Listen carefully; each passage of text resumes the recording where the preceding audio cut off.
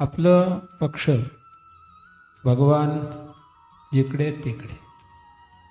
बलिष्ठ कोण आहे याचा विचार वल्लभाचार्यांनी असं लिहिलं आहे की जो भगवंताकडे आहे तो बलिष्ठ आहे.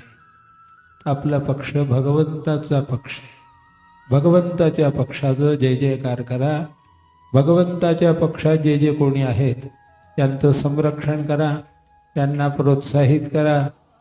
कारण हे भगवंताच्या पक्षाचे लोक जर राहिले तर आपल्या धर्माचा प्रचार, भक्तीचा प्रचार आणि हे लोकातले सर्व कार्य आणि पारमार्थिक कार्य हे निर्विघ्नपणे होतील. त्यामुळे तिकडे सर्वांनी लक्ष द्यावं.